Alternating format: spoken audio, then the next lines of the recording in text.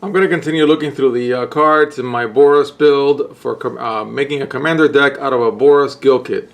I've got 6 different piles in here. This pile is really a dinosaur themed pile with the tutor card from Rivals of Ixalan. And then this is a smaller pile. There really aren't that many white vampires with the vampire tutor also from Rivals of Ixalan. And then this other pile is a life gain pile themed around Ajani's Primate. And then this pile is cards from both Ravnicas. I'm not really reaching back to Ravnica 1 for a lot of these builds. I've got a ton of Ravnica 2. I wasn't around when Ravnica 1 was around. And so these are cards from Ravnica 2 and 3, including artifacts. So red and white for the build that fit the themes of the cards that are already in the guild kit. Then some good stuff from standard with a few cards that are not in standard. These piles will get bigger in the future because I plan to add some staples to my builds that I'm not using right now. And then a red pile likewise with good stuff, mostly from standard, but there are a few cards that are not standard legal. But again, we're in Commander, so we don't really care. I mean, things like Vandal Blast are definitely going to want to be in there. So I'll get started with the dinosaur batch. So of course, this dude doesn't do much by himself. He's not really part of my army. He's going to help me build my army. Tutors are really good in Commander. Actually, I think in some ways the money game that everyone has been playing is just put in as many tutors as possible, because you've got such a large deck and it's singleton that with tutors it's a really guaranteed way to have a more consistent deck. So sure, I'll put tutors. And so this guy is going to get me a dinosaur. Alright. And he's got a whenever clause for dinosaurs. You may have this dude deal 1 damage to each creature. That's pretty good unless you're fighting against an enraged dinosaur deck. But it'll help any one of your dinosaurs if they have enrage. So the dinosaurs that I've chosen for this build are a little on the heavier side. Okay, so I've got this dude 4/2/2 with enrage. And when it gets triggered, it deals 5 damage to target creature and opponent controls. So that's good. That's a lot of damage for an enrage trigger. This guy is a straight up trample haste dude. This one is a cannot attack alone kind of card, and it's aggressively costed to make up for that, so it's a 4/5/5. This guy is another enrage critter, but this one you have to be careful with. You'd have to do something.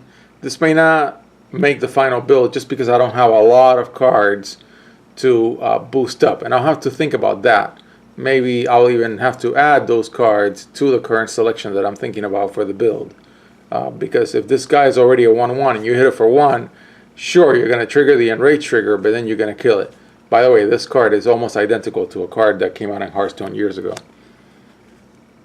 Then a vanilla aggro, 3/4/2. All these are dinosaurs. A flyer with menace, bear, very nice.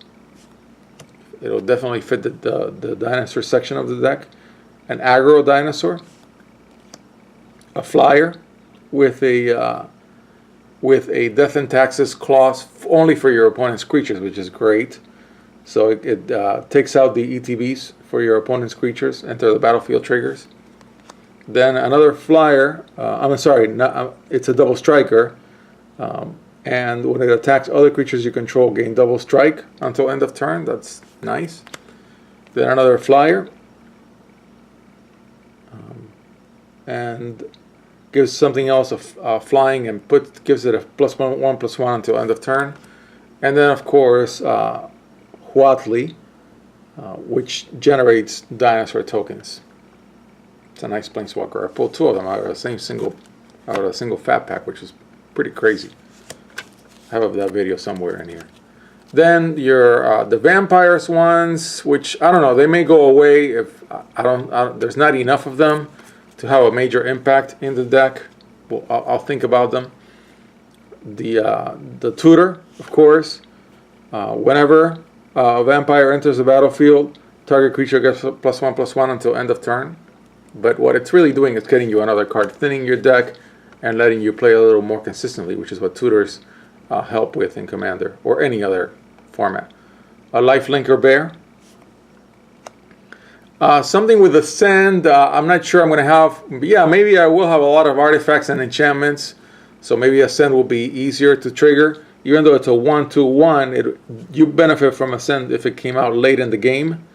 And it'll be a flyer then. I'm not sure. I'm not sure if it's worth it. A nice flying vampire, 3/2/3. It's not bad for a common, I think. And we're making a very budget build in here. Then dropping tokens, sorcery speed, and another common vampire. Again, that's the thing with the vampire suite, that it really isn't heavy on super duper cards. They're really more like for limited. So they may not make the final cut. Now, Ajani, I think, really needs to make the final cut just because life gain is not the best thing to do unless you do it on a bunch of cards. And then it really does help you, because if you're always gaining life, you're displacing yourself from your opponent.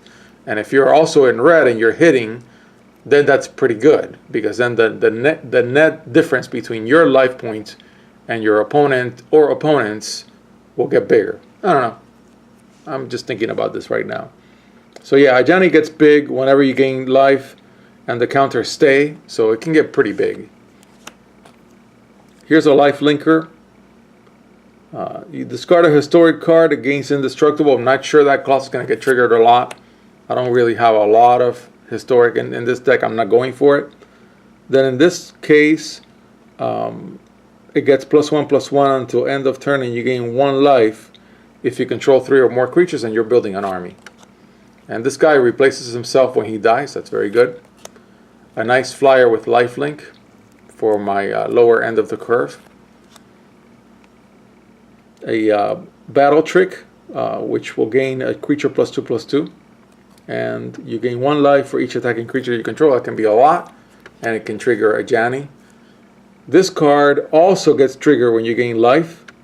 If you have 2 extra mana, you draw a card, and it'll give you tokens. It'll help your army. So I think this is a very good card for the gain life aspect that I want to keep in this deck.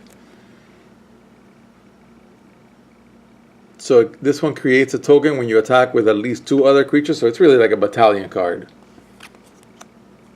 I'm not sure this one's going to be a keeper, but it'll make a creature legendary, give it +1/+1, flying, vigilance, and lifelink. That's a lot. Even though it's for 4, you're in Commander, so that's nice. And then the Triumph of Gerard puts counters, and then eventually something gets a bunch of really good things, flying, first strike, and lifelink until end of turn. That's nice. Okay, so that's the lifelink suite. Now let's go to the Ravnica 2/3 cards in white, in red, and artifacts. Okay, so the Mastiff, which was not included in the guild kit, but it would have been made for a great inclusion, is great for building your army. It's got battalion and for lifelink. So the battalion trigger is lifelink. They weren't going for lifelink in the guild kit, but I am in this build.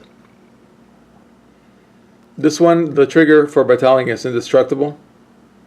You sack it and it's a counter spell, so that's not bad. Here's a flyer, and it gives something else flying even though it's not aggro. A put a counter kind of trick for 2 creatures. This is some type of pacifism card. It's only for it can't block. It can still attack, but you are neutering the activator abilities, turning it into a vanilla attacker.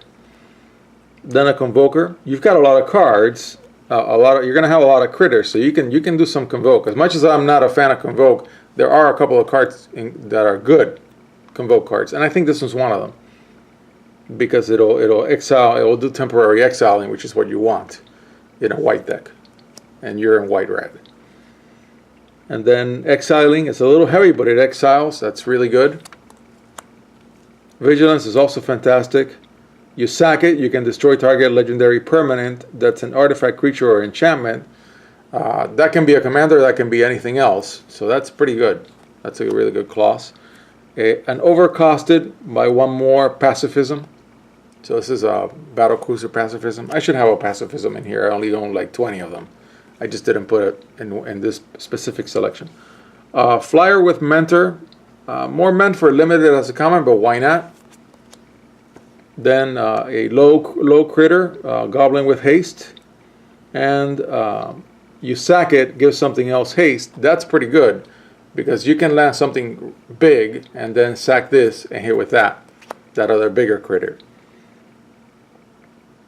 Sorcery battle trick, gains target creature gains +1/+1 and gains haste, and you can jumpstart, so you can get rid of an extra land or something and do it again.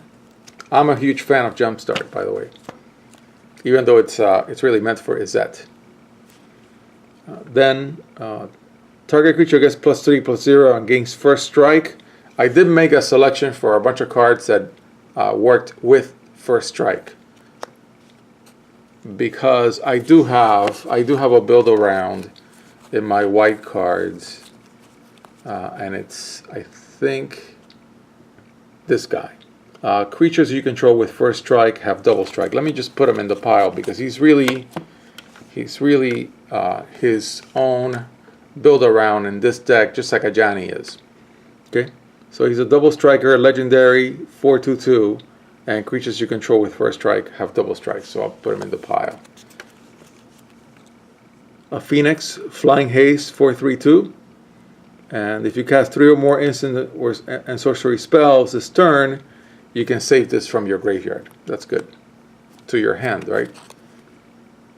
No, to the battlefield. You can reanimate it. This guy is deceptively good. He's got a gigantic butt, which can help. And as you play instants and sorceries, you can pump him a lot. You're not on instants and sorceries in this deck. You're building an army. So he may not be the best fit for this deck. And actually, I think I'm just going to take him out. But he's a good card to discuss, just to think about. He would have been really good if I had more instants and sorceries, which I don't. I'm not planning to, at least. I'm planning to go more 40 critters, 20 non-critters. Enchantment pumps and gives trample for 1 late game, mid to late game. The Kin is a creature. It gives you red mana with counters. So yeah, whenever you cast a red spell, if it's got fewer than 3 counters, it gets one, and you're going to be casting a lot of red spells in here. Cannot be countered. Deals 6 damage to any target, that includes player. It'd be a nice finisher, but I'm not sure in Commander that you would consistently pull it into your hand. Sorcery deals 1 damage to each creature your opponent control, and then they cannot block this turn. That's nice. It's a nice battle trick, and even though it's a sorcery speed. The Goblin, Banneret, it's got Mentor, 1/1/1, and it can get pumped. This would have been a good include in the guild kit, by the way, I think. Then Lava Coil, 4 damage to target creature, and if it dies, exile it for 2. That's not bad. Then the Minotaur, 3/2/3. It's on the instant and sorcery spells kick. You're gonna have some. I mean, maybe. Yeah, let's continue to consider this card. I'll put it back in the mix. The only card right now that I've outright taken out is the win the game trick mythic. Okay, so I think I'm gonna stop right here and then continue on with my other piles in the next video.